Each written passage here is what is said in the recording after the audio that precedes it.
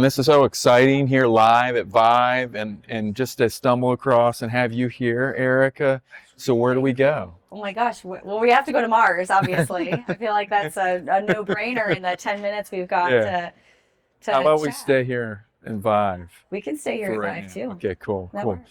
So, tell me, I mean, you've got such a journey in healthcare as a caregiver, a mother, a parent, and then, your work with Finn Partners, with your clients. Hmm. Um, we only have a little bit of a time, but can we just start with your journey? I'd love, please. Absolutely, yeah. So I work with Finn Partners, a global PR firm, and I have the honor of being able to work with so many of our clients that are in this health tech innovation space. What we do at Finn is we help them tell their story to the world, right? They've got some great, amazing technology, and we really help coach and find opportunities to expand where they can share the work that they're doing. But as you know, the space is innovating so rapidly, and there's so many new things happening and emerging. I think part of it also is just keeping up to speed with everything that's evolving, both from an administration standpoint, what we're seeing with legislation, but also tech and AI, which we're all here asking questions about. What's next in AI. My journey has been a little bit interesting, and my perspective on this space is a little unique because I've been in healthcare integration for 15 years, have been involved in conversations around patient empowerment in that time, data access. How do we make sure that patients have access to their data, but ideally even have ownership over it to the extent that they can? And so that context was really profound when about 10 years into my career, I found myself in a very highly acute environment, caring for my 5-month-old son who was diagnosed with an aggressive form of brain cancer. That was about 5 years ago.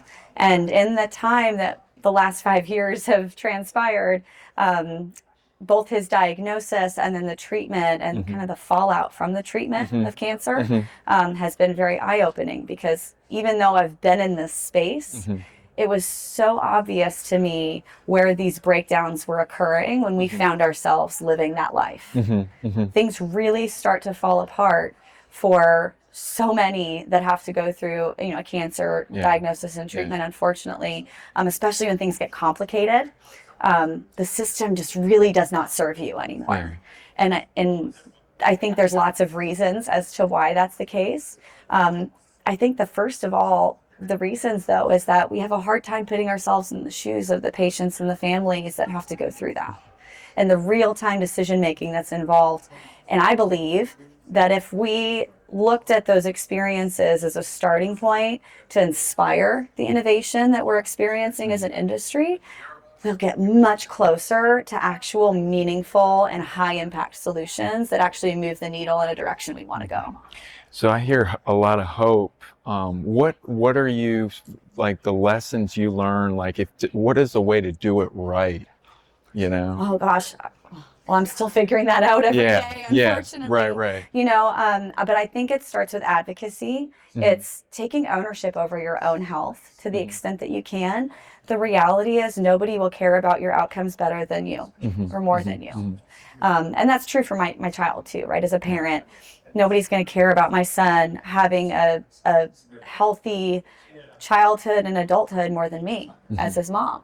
And so I think it starts with advocacy and making sure that that priority remains front and center for everybody that's making decisions at any given time, whether we're getting admitted to the hospital or looking at treatment options or, trying to even just connect what we're experiencing clinically with maybe his experience in school, for example. And how is he today? I think you were saying he's good. So the story I've been telling at this conference is that the best litmus test for how well he's doing is the fact that I'm here, because I felt well enough, leaving him with my family at home, and knowing that he was going to be okay while I was away.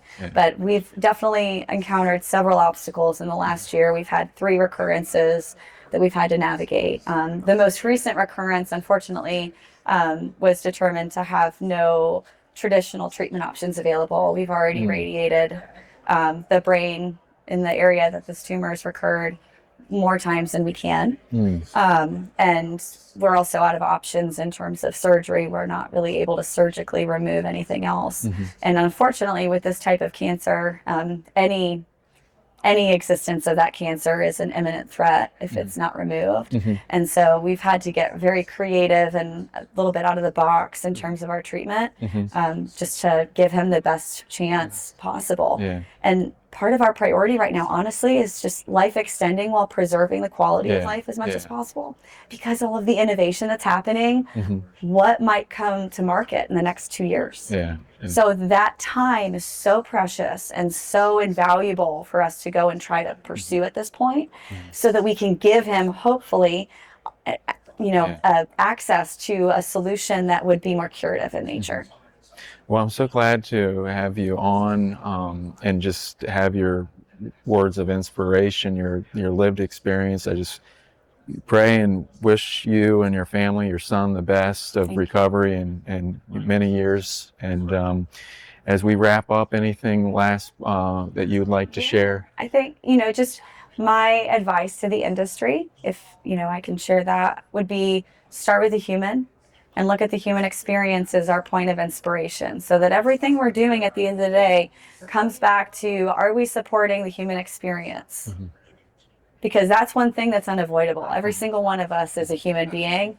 Part of being human is being born and having to die. And in between there's a lot that can go right or wrong. And I think when it comes to the technologies and the solutions that are even showcased at a conference like VIVE, there is an opportunity for us to look at that human experience and let that be our guiding point for all of the direction and where that's going.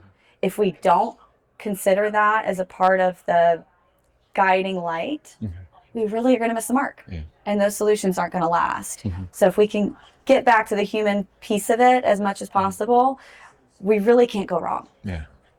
Well, thank you so much for coming on. I really appreciate it. It's my pleasure. Yeah, thank you. Thank you.